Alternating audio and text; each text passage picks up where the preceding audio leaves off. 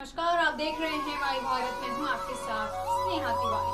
आज हम आपको एक ऐसे शिव मंदिर के बारे में बताएंगे जहाँ एक नहीं बल्कि दो शिवलिंग स्थापित है और सावन के महीने में यहाँ भक्तों का तांता दिखाई देता है। इस खास मौके पर यहाँ सावन के तीसरे सोमवार को ऐतिहासिक मेला लगता है, जिस कारण यहाँ स्थानीय अवकाश भी रहता है।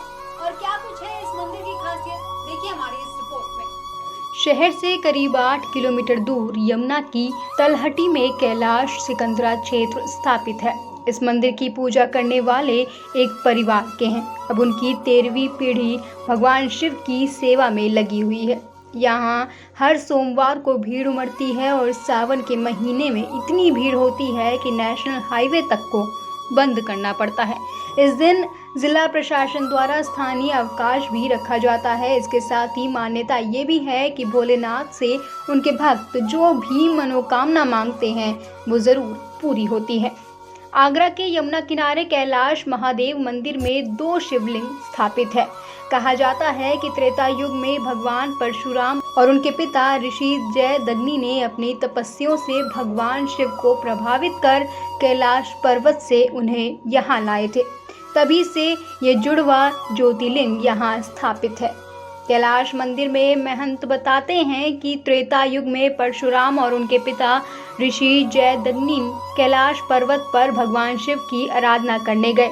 उनकी कड़ी तपस्या के चलते भगवान शिव ने उन्हें वरदान मांगने को कहा। इस पर उन दोनों भक्तों ने उनसे अपने साथ चलने और हमेशा साथ रहने का आशीर्वाद मांग लिया। इसके बाद भगवान शिव ने दोनों को एक एक शिवलिंग भेंट स्वरूप दिया।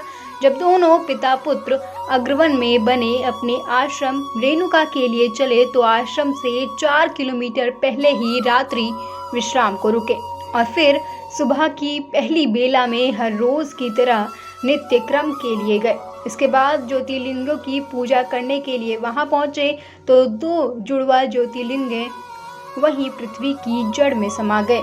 इन शिवलिंगों के पिता पुत्र ने काफी उठाने का प्रयास किया, लेकिन उसी समय आकाशवाणी हुई कि ये कैलाश धाम माना जाएगा। तब से इस धार्मिक स्थल का नाम कैलाश पड़ गया। इस कैलाश मंदिर की स्थापना तो त्रेता युग में हुई, लेकिन इस मंदिर की जीर्णोद्धार कई बार कई राजाओं ने भी कराया। यमुना किनारे कभी परशुराम की मां रेणुका का आश्रम हुआ करता था। उस समय इस जगह ऐसी घटना घटी कि यमुना नदी के किनारे बने स्थान का नाम कैलाश रख दिया गया। यहाँ एक जलहरी के अंदर 2 शिवलिंग हैं जो कि भगवान परशुराम जी और उनके पिता जमदग्नि ऋषि द्वारा स्थापित शिवलिंग हैं। भगवान परशुराम जी और जमदग्नि जी का आश्रम था रुणकता पर। रुणकता से प्रतिदिन कैलाश पर्वत पर भगवान शंकर की पूजा करने जाया करते थे। पूजा करते करते कई वर्ष हुए। भगवान शंकर प्रसन्न हो गए, हे ऋषि मुनियों, आप मेरी इतनी वर्षों से पूजा अर्चना कर रहे हो, आपको क्या चाहिए? तो ऋषि मुनियों ने कहा, हे भगवान, हमें कुछ नहीं चाहिए, आप हमारे स्थान पर चलिए, वहीं आपकी पूजा अर्चना में सारा समय व्यस्त करेंगे। तो भगवान शंकर ने कहा, मैं तो इस कैलाश पर्वत से कहीं जा नहीं सकता हूँ, अगर यहाँ से 2 कण उठाओगे उसमें मेरा ही वास है। तो पिता और पुत्र ने वहाँ से एक एक शिवलिंग उठाई और अपने स्थान के लिए चल दिए। तो चलते चलते संध्या वंदन का समय हुआ, पूजा अर्चना करने का समय हुआ। उन्होंने लिंग को रखा, पास में नदी थी, नदी को देखा कि इससे अच्छा स्थान कहाँ मिलेगा। लिंग को रखकर पूजा अर्चना की। कुछ समय पश्चात इनको अपने स्थान पर ले जाने के लिए उठाया तो उठे नहीं। आकाशवाणी हुई कि मैं अचलेश्वर हूँ, एक बार यहाँ रख जाता हूँ, वहीं स्थापित हो जाता हूँ। तभी से दोनों शिवलिंग यहीं स्थापित है। हाँ, यहाँ एक जलेरी के अंदर 2 शिवलिंग जो कि इस जगह की जगह पूरे देश भर में कहीं नहीं है।